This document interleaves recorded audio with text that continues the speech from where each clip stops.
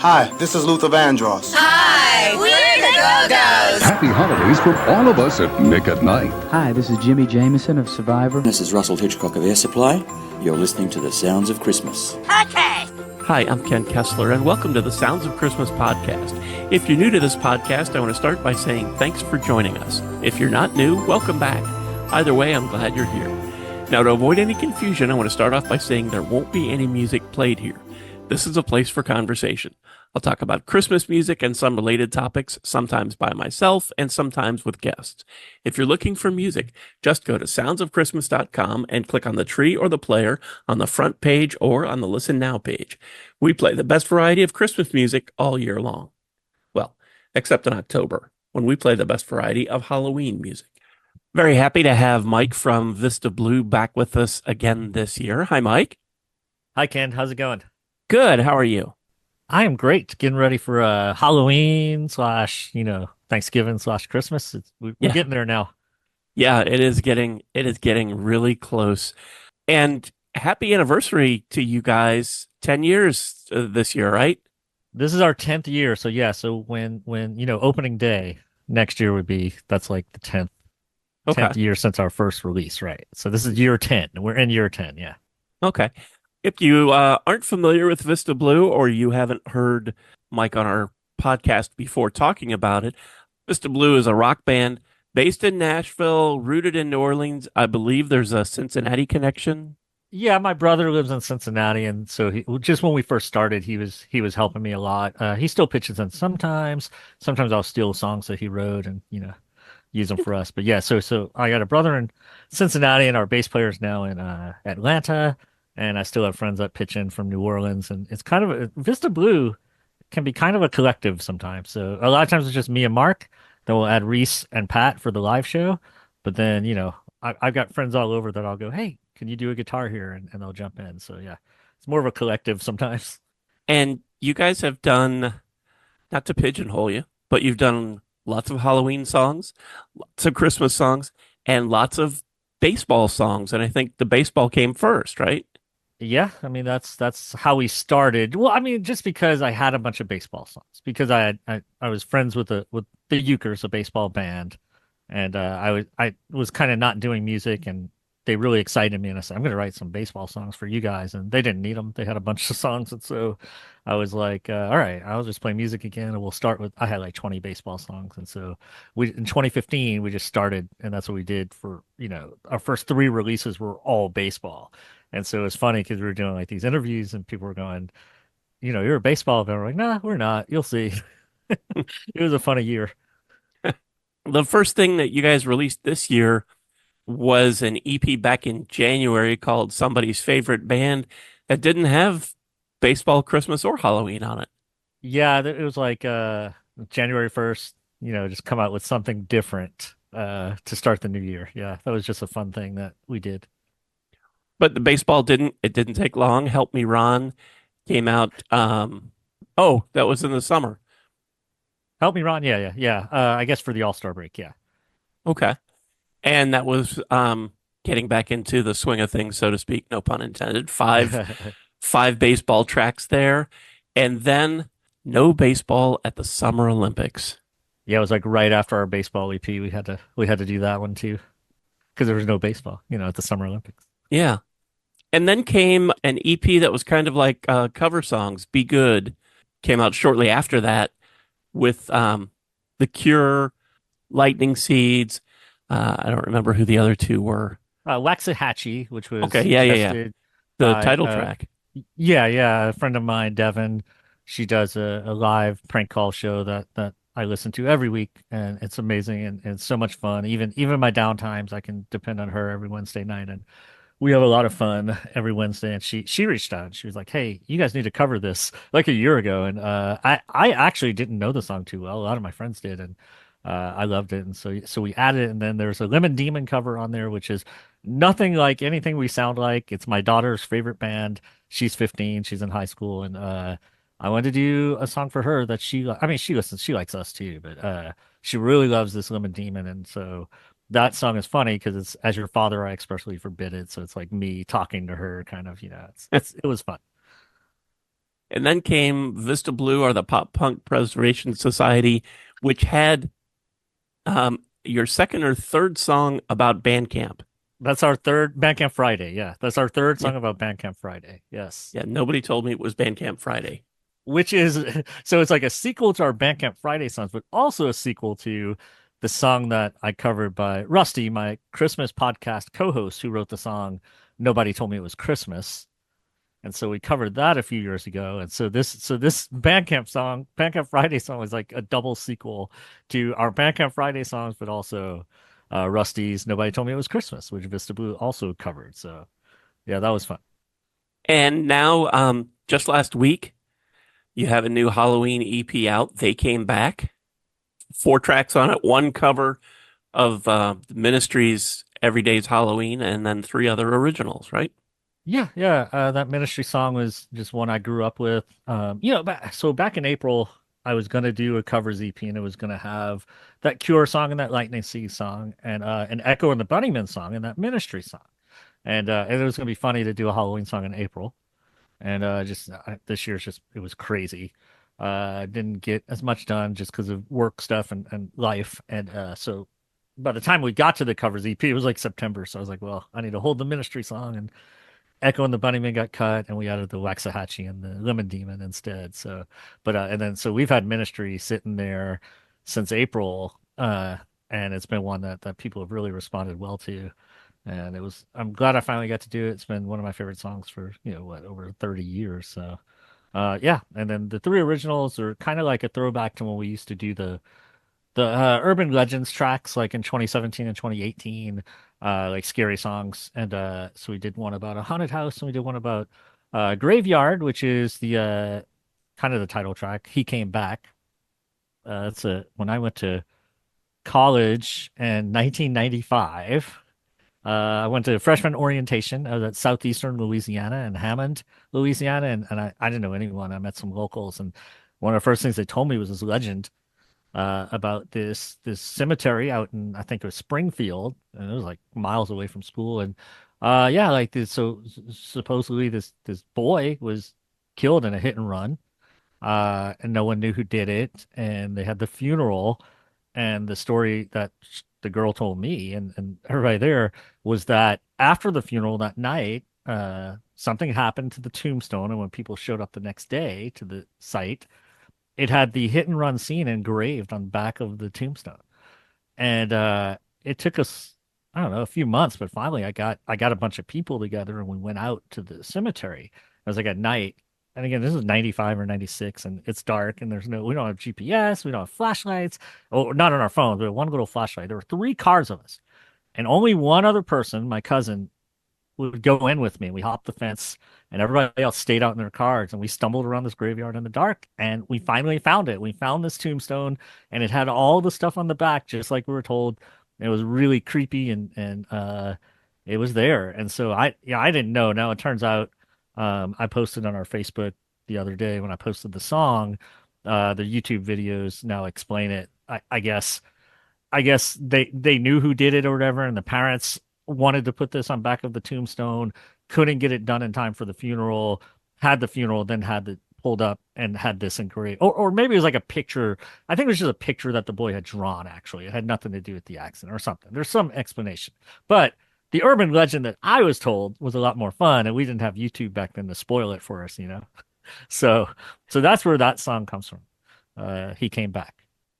Yeah, the legends are almost always more fun than the reality. YouTube ruined it. Yeah, I enjoyed telling that story for 20 something years, and then found it on YouTube a couple of years ago, the actual explanation, which wasn't nearly as fun. It's still cool. It's a cool story, and the fact that there are quite a few YouTube videos to go out there and investigate it, it shows that like that legend was a big deal in that area, and that was really cool to kind of hear that, go out there. It was funny that these late teens, I guess 18, 19, 20-year-olds, no one would go. No one would come in there with me except for one person. Yeah, it was fun. And then there's Let's Scare Jessica to Death, which is a movie that came out, God, 50, 60 years ago, maybe? It's like 71. All right. So on Snow in Southtown, this is my Christmas podcast I do with Rusty. All year, this whole year, we're doing the 70s. We felt like the 70s, for whatever reason, is the most neglected of the decades within the Christmas podcast community. And it probably just because of quality, right? Just of stuff available. But so I had been getting into the last couple of years Spotify playlist that had 60s and 70s music on it, Christmas music, and I've been getting into that. And so I was like, this year, let's just do it. And Rusty was with me. And so in the spring, at Easter we did a 70s thing, and in the summer we did a 70s thing. And so here at Halloween on my blog every year, on the Snow and Southtown blog, I do horror movies every week, at least two, where I watch them and talk about them. So this year was all 70s. And so I had my friend John. We had done a horror podcast, short lived. It was called After Midnight, and a couple of years ago. And I got John. I was going to do one with Rusty. We did Texas Chainsaw Massacre a couple of weeks ago, but Rusty's not as into horror as I am. I didn't want to keep making him do horror, but I wanted to do one more for Halloween. So I asked my friend John if he wanted to pick one of these 70s movies I was watching, and he picked Let's Scare Jessica to Death. And so we did a podcast. It's on. You can go check out Snow in Southtown in September. We did this episode, and John's a songwriter. He's in a band called Kelsey Bad Grammar. And John and I have written a few songs. John helped me write a song about Candyman. He actually helped me write a Bandcamp Friday song, Bandcamp Friday the 13th. So we're big horror fans. We're both songwriters. So we're doing this episode about Let's Scare Jessica to Death. And I'm like, well, one of us has to write a song. And I reach over here and I grab my guitar and I just start playing and I start singing like a chorus and he jumps in. And right after we stop recording, this is all on the podcast. You can hear it. When we stopped recording, he sent me like a voice memo with some stuff he came up with off the top of his head. And I turned it all into a song, and it's on the Vista Blue EP. Let's Scare Jessica to Death. Yeah, that's one you don't hear about that movie very often. We were saying, I told John this year, for whatever reason, after I picked it, I picked this. I probably set up this list in July or August, right? And I mean, I just see it all the time. Now, I'm in a lot of horror circles. I did my main horror podcast, Body Count, we did for like 7 years, from like 2010 to like 2017. So I'm still in like all these horror groups and circles and stuff. And so, but I never saw much about it. I had seen the title and was interested. And so when I was picking all my 70s movies, it was all 70s movies I've never seen before. It was what I picked for this fall.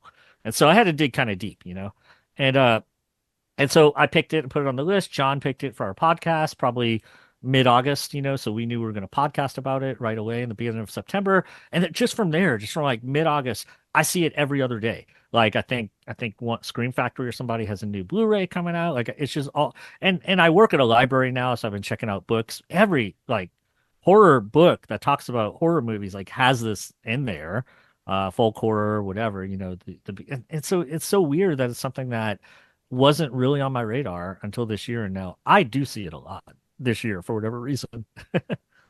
It's funny. I guess it's like one of those things where you think I never see yellow cars, but once you put that in your head, they're everywhere.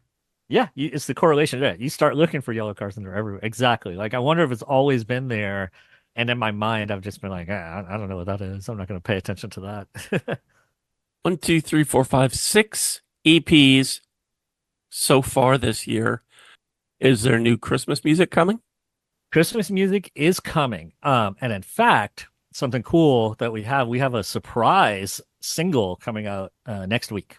What is today? Today is Sunday. This week. I mean, a few days. We don't usually release music between Halloween and Christmas, like other than that, right? Right. We did the Thanksgiving song one year, 1621. I don't think there's been a whole lot of music released. Maybe a cover here and there. Maybe that Tom Petty cover that we did. It seems like maybe we did that in November. But yeah, between like October 1st and Christmas Day, it's usually holiday stuff. But we have something really cool coming out next week. And then Christmas stuff will come out in November. And then we're gonna focus on something really cool for like opening day. At least have something fun for that. And then I really want to make 2025 fun. We're gonna do some. We don't play a whole lot of live shows, but I'm gonna do some more live stuff next year. Just to 10 years, gotta do something to kind of celebrate. How about Ralphie's Ryders? Anything going on there? We'll definitely do a song. We'll do at least one. We did two last year. That was fun. We We played a show in November last year with the Dolly Rots.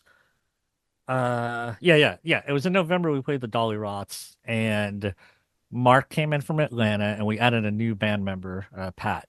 And so it was a fun time. First time getting together as a full band since the pandemic. And so we had a lot of fun, and I had a Ralphie's Red Ryders song written. And then we were just at band practice, which is how it always happens, is like they throw out an idea to me and I have to do it. So I had the song, and then Reese, our drummer, said, or Pat, one of them said, you need to do a not a finger, not a finger, and like just like an instrumental, but just the dad yelling, like he's, when the dad's yelling the whole time. And I said, I'll do it. I said, but Reese has to be the dad. And they said, yeah. So we did. So we actually did 2 songs last year, which is different. We did the full length in 2020, and then just 1 song each year after that. So yeah, we'll do at least 1 song. I mean, that's going to be every year. We'll do a Ralphie's Red Riders, and eventually we really, really, part of the whole thing was the Home Alones in Atlanta really inspired me. And I really, the pandemic happened right when we started this band, and so we just haven't been playing live a lot. But the whole thing was to get to Atlanta, or they come here and play a show with the Home Alone. We really want to do a Home Alones / Ralphie's Red Riders live show. Yeah. So that would be fun. Maybe that won't be this year. Maybe next year, maybe that'll be something cool that we can add next year. But that's sort of the goal. I jumped into that, and for anybody who doesn't know, can you sort of explain who Ralphie's Red Riders are?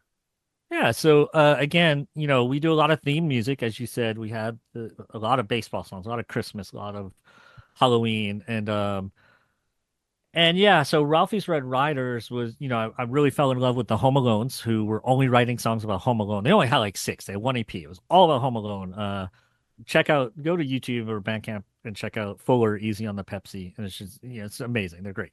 And so just this, even when I teach my students about writing, when I was a teacher, just take this telescope, right? And the more you zoom in, right, the better effect you might have on your audience. And so this allowed us to take Christmas. We had a song about Home Alone, right? We had made my family disappear, and I had that before I even found the Home Alones. And so I just love the idea of not just Christmas movies, right? We have Nobody Likes Booster. We have songs about a bunch of Christmas movies, but just to now start a new project where we focus in, we take this telescope and we zoom way in and just only write about this movie. And I think Home Alone and Christmas Story are 2 examples where I could take any like 10 seconds of that movie and write a song about it, And so they had Home Alone already covered and they did a great job. And so I said, I'm definitely just kind of stealing your idea. And I think it was a joke on Facebook. I was like, I'm going to start a rival band. We're going to be Ralphie's Red Riders. And so they were like, you should do it. And so we did, during the pandemic, that summer, 2020, I just recorded the whole album. You know, I had time. I wasn't doing much else. And so we did that whole album like in June of 2020, and it came out in November later that year. And it's just like, yeah, it's just a lot of fun just writing about a movie that everybody watches a million times every year and knows every line. And there are just all these references. Some people call it like fan fiction in some way. I just think it's Gene Shepard just providing great inspiration line after line, and so it's something I could revisit over and over. We did an album about the Outsiders called Stay Gold, and we worked really hard on this album, and we're really happy about it, how it came out, and it's gotten a great response. But on podcasts and blogs and stuff, when people talk to me about it, I'll say the big difference is I don't think I can revisit the Outsiders. Like, I think I pulled everything out of that I could get. I think it's 11 or 12 songs. I think, or 10, it's 10 songs. I said, I think I did everything I could do with it. I don't think I could do a sequel, but with Ralphie's Red Riders, every year I could do a song or two. I mean, you send me a 30-second clip of that movie and I could write a song about it. It's great.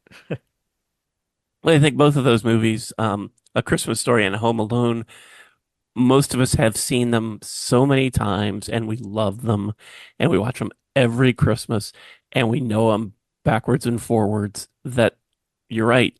There are so many lines, not just the big lines, but, incidental things that we all just love, and they're instantly recognizable.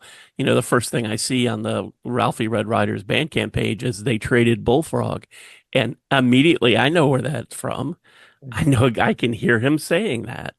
It's I was just one on of those things. I was Every on what you're saying is true. I was on it was a podcast jingle. Oh man, I forget. I'm sorry. They don't have it anymore, but I was on their podcast and oh, actually, I think they were just reviewing it on this one. And they were talking on each song, and they got to that song, and they said one of them didn't know it. And apparently that scene gets cut from TV. Do you know? no, Yeah. Apparently, if you like the TBS every year, the marathon, mhm, apparently the bullfrog, because he comes out with the sports page, right? right. And yeah, and so one of the hosts knew the movie, knew every reference on the album, except for that he didn't know where that came from, and the other host had to tell him, yeah, no, it's like a cut scene, and I didn't know they were cutting scenes for the TV. It kind of makes sense because they get commercials in, and Yeah. honestly, that baseball talk literally has nothing to do with anything else, right? Like it just shows him and the dad and how he is, which is why I wrote the song. Also, that was 2020. We knew we were doing Ralphie's Red Riders that year. This was right before the pandemic, right? This is like February 2020.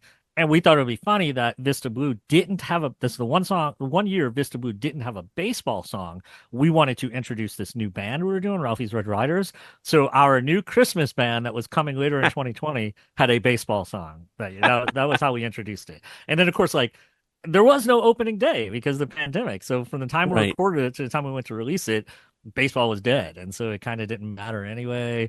And it kind of slipped through. And then we just had to wait till November 1st when we released the whole album.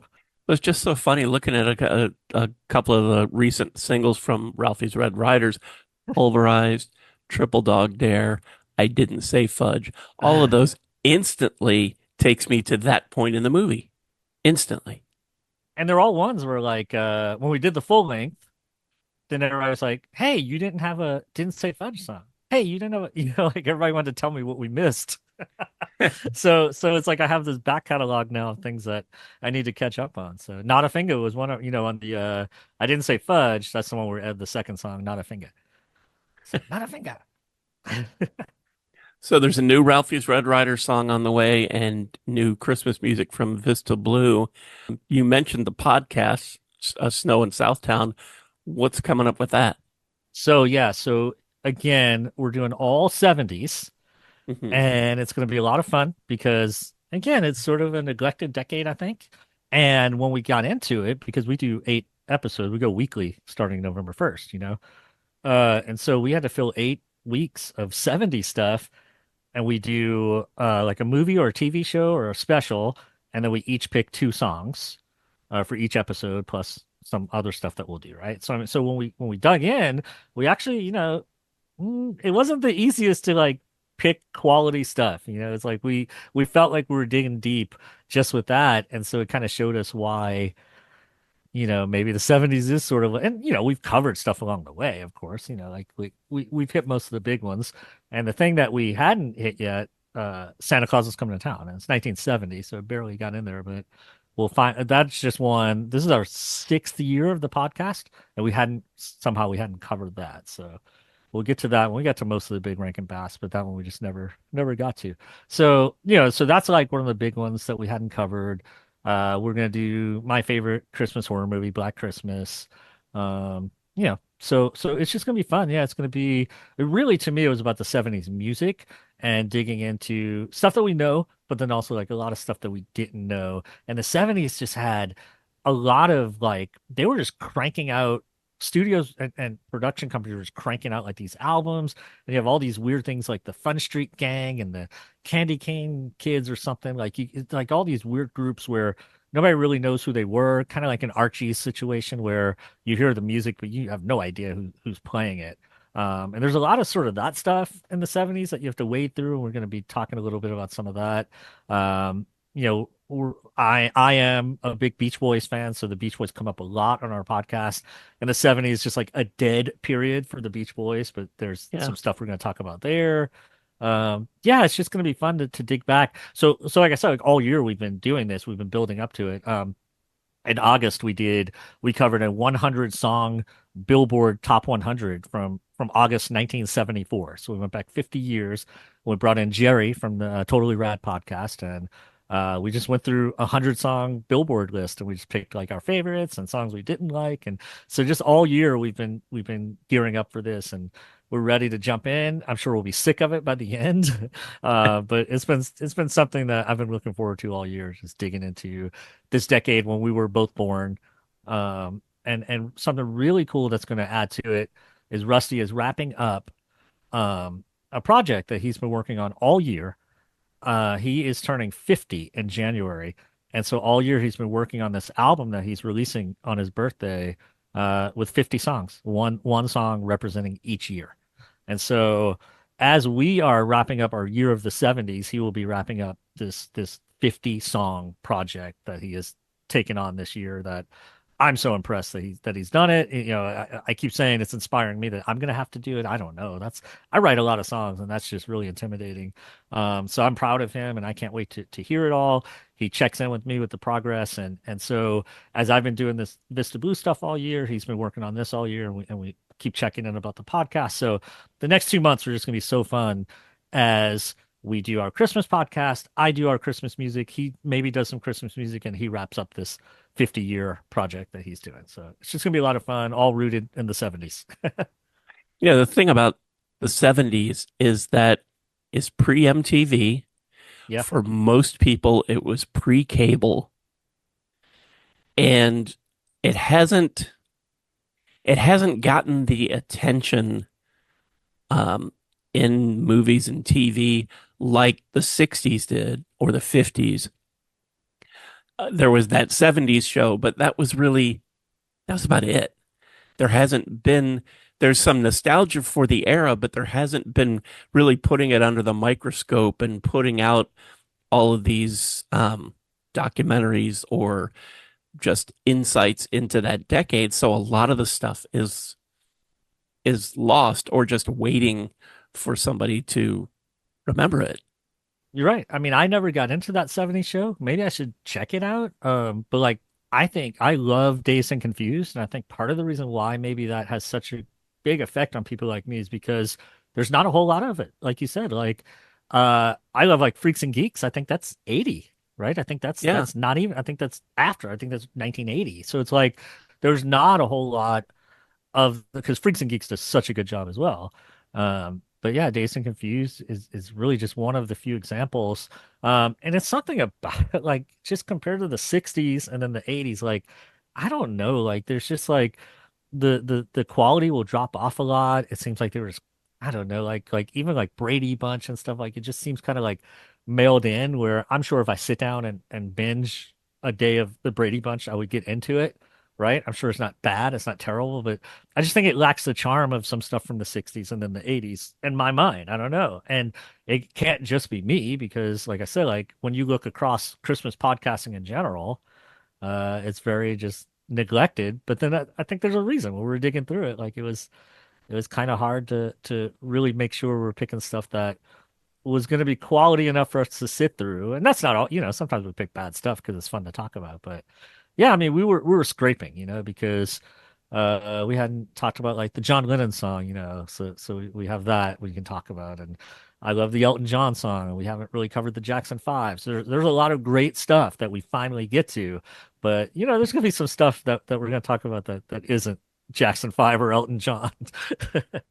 No, really, the other things about the 70s is that there was a great nostalgia in the 70s for the 50s.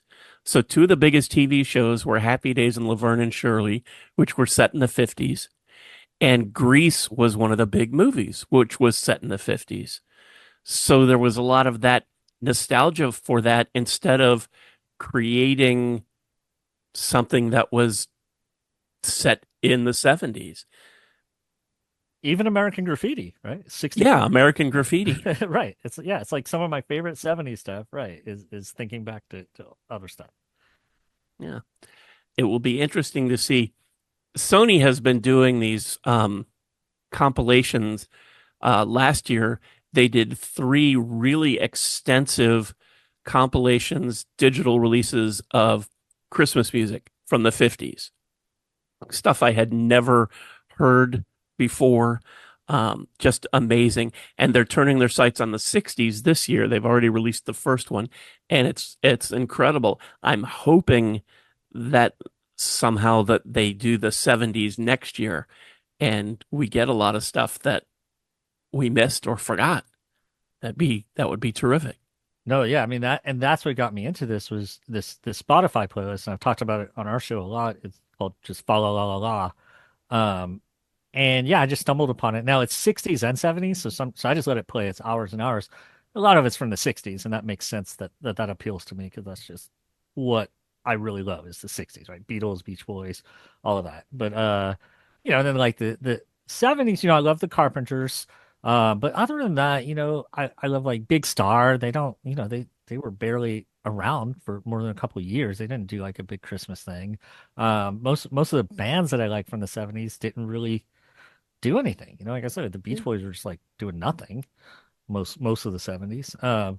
So yeah, there's just not as far as what I like and what appeals to me naturally outside of like the Carpenters, right?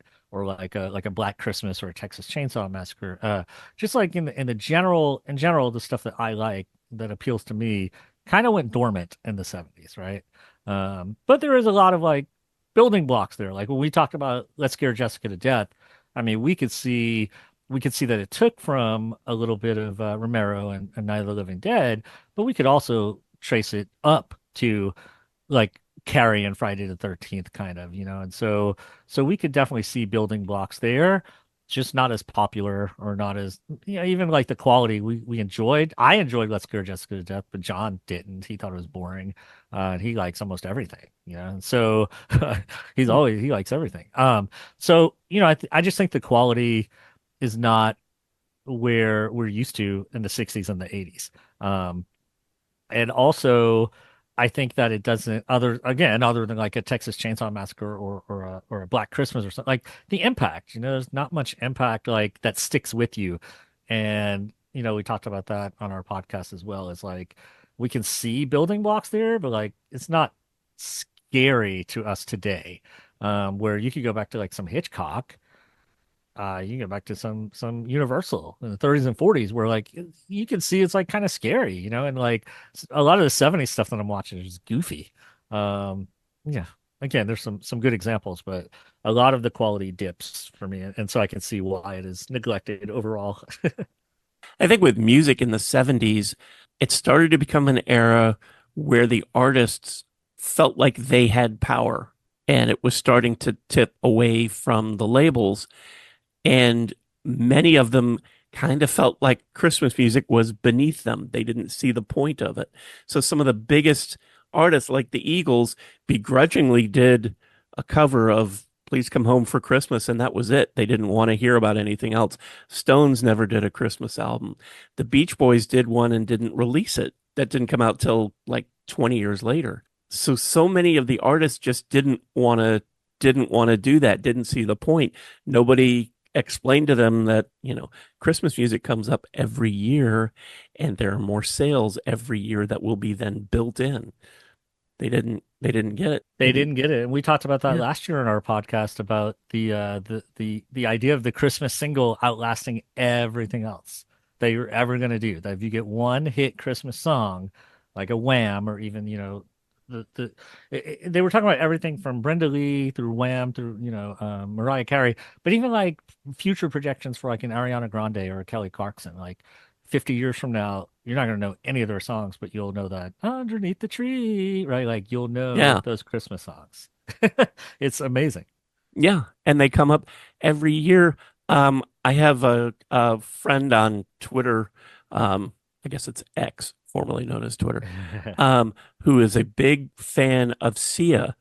And she has been posting every day that Sia's Christmas album has this many hundreds of thousands of streams, that Candy Cane Lane and Ho Ho Ho are some of the top songs being streamed on Spotify. And I'm not familiar enough with her to know what her hit songs are. I'd probably know them if I heard them, but I know those songs.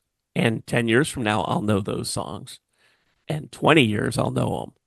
but it is. The Christmas singles come back year after year after year, and they just seem to get bigger.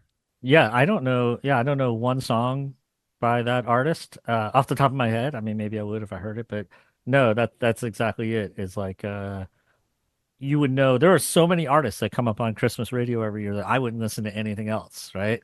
But all right, I'll leave this on. I like this one. So yeah, and they get in, like if you get into like the streaming behind it and all, like because that's what it's coming down to now is streaming. Yeah. Yeah, and so they're gonna outlast anything else. Before we wrap it up, what else? And we've talked about so much that is on the way. Is there anything that we've missed that you want to mention? No. I mean, that's really I'm focusing right now, just trying to do as much as I can. My job situation got crazy this year and I'm trying to get that settled and figured out and just kind of get back into like I got two kids that started college recently and one in high school and so just life is taking so I'm just trying to focus everything I can when I can on Vista Blue and Snow in Southtown. So we do something cool that we have coming out that I haven't really posted anything about yet, but I can say here I'll be talking about on our podcast. We're doing a picture book for one of our songs called "My Dad Listens to the Ramones," and it's a Vista Blue song. So Charlie, who does the Closer to Christmas podcast, he's a great artist. He is doing the art for this picture book, and so Charlie from Closer to Christmas and I are doing is called "My Dad Listens to the Ramones." And I don't know the timeline. He sent me some sketches and they're just amazing. He is so talented. So I don't know the timeline. I don't know if this is something we can have together by Christmas or just early next year or some point next year. But that's something that I'm really looking forward to that I'll be posting a lot about because I used to be a writer and I haven't done a lot of writing recently. But so, I would like to get back into something like that. So yeah, a lot of Vista Blue, a lot of Snow in Southtown. I don't know, after this year of the 70s, I don't know where we'll go next, but it's been a really fun year. But I'm sure I'll be happy to get out of the 70s in 2 months. Yeah. For those of us who were there, we were all happy to get out of the 70s. Exactly right. And then Rusty's project, like I'm going to be posting a lot about that in January. Yeah, that I mean 50 songs, one song about each year. That's crazy. I can't remember some years. Well, I wouldn't even know what to write about some years, and so the fact that he's writing one song to represent each year of his life, that's amazing. And I'm so lucky to have friends like Rusty who does the podcast and helps me write songs. A song that I got coming out this week, I kind of made him write with me. I just kind of like hijack my friends on podcasts and then messages like, "Hey, help me write this song." And so people like Rusty to do the podcast and the guys in my band, Mark and Reese and Pat, and just everybody who pitches in all the time to help. Yeah, I'm just really lucky to have these people that I can like do these things I need to do every day, and then just like one day shoot a message with this stupid idea that I have, and they'll go, "Oh yeah, all right, I'll do that." Yeah. So, yeah, that's about what I have going on right now. I'm going to put links down in the show notes to the Vista Blue Bandcamp page and Ralphie's Red Riders, and also to Snow in Southtown. Are those the best places for people to connect with you? Yeah, absolutely. Or you can email me if you want to put that as radiantradish at Yahoo. That's the best way to get in touch with me. But yeah, I mean, like Spotify is where all our music is, and then of course Bandcamp. We don't put the covers mostly on Spotify or the streaming, any Apple or anything, because the covers you have to buy licenses. We did buy a license for the Ministry cover.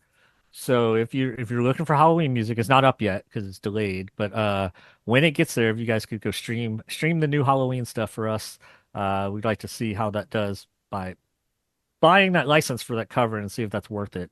Because that's sort of a debate with independent musicians right now is it worth it to even pay for that, to have that stuff streaming? Because right now Bandcamp doesn't do anything, but I'm sure there's a day where Bandcamp's going to crack down on that and not let you post covers anymore. So yeah, so if you guys, when that hits streaming, if you guys could go stream that for us, that would be great. But yeah, get in touch with me. You can find us on Bandcamp, Facebook, all of that stuff. Okay, when you go to stream that, the new EP is called "They Came Back," and it's by Vista Blue. That's us. We came back every year. We never stop. And there are plenty of us who are grateful. Well, and I appreciate that there are people like you who still talk about my nonsense, and I'm really honored to be on this show. I have to tell you, I don't usually tell artists this, but two of the Vista Blue songs, right now we're playing Halloween music on the Sounds of Christmas. It's the Sounds of Halloween. Yeah. And two of your songs are among the most popular right now. I'm Gonna Be You for Halloween and The Hook. Oh, cool. The Hook. Yeah. That's when we did the first set of urban legend songs, people were like, how'd you not do a song called The Hook? Like that. So I was like, okay, guess I'll do The Hook. Yeah, I love all those urban legends, scary stories. And then yeah, I'm gonna be you for Halloween. That's a really fun one. I like playing that one live. So Well, I'm looking forward to the new Christmas music, of course, and I'll be posting about it as soon as you post about it, or as soon as you let me know I can post about it. thanks so And much. I love the show. You had my friends on, the Stevens, and yeah, they're great. They're awesome. We've played shows together, and they play with the guy in my band, Pat. They play in Pat's band. Like, so we all see each other at shows and stuff, and they're a lot of fun. Seth is actually he's talking about it. He's talking about starting a rival band called Vista Red, and so we might you might have to have us both on where we're like talk it out one day. And but I've preempted it. I've got a song ready talking bad about Vista Red. So if they ever start the band, we're gonna drop the song. So don't worry, we got it. We're ready. if you haven't heard that podcast before, you don't know who the Stevens are. The Stevens are a band who do all of their songs are based on the works of Stephen King. Yeah, they're great. They're awesome. Yeah, they're terrific. All right, Mike, thank you so much for giving us some time today. I'm going to put links down to all your stuff down in the show notes so people can check you out. And remember, when you go to your favorite streaming sites, to look up Vista Blue. Thank you so much for having me. It's an honor. And thank you so much for listening, helping me share some Halloween and Christmas spirit, and for continuing to support the Sounds of Christmas station and podcast. I told you how to listen to the station, and you're already listening to the podcast, so my work here is just about done. All of our episodes are available on the Sounds of Christmas website. Just click the podcast tab. And we also have a Linktree page, and I'll put a link to that down in the show notes. And that lists most, if not all, of the sites that stream the Sounds of Christmas podcast. So you can click on that, find your favorite, click on over, subscribe, and you'll never miss another episode. If you have comments or suggestions on this episode, previous episodes, or the Sounds of Christmas station, feel free to reach out to me on social media or through the website.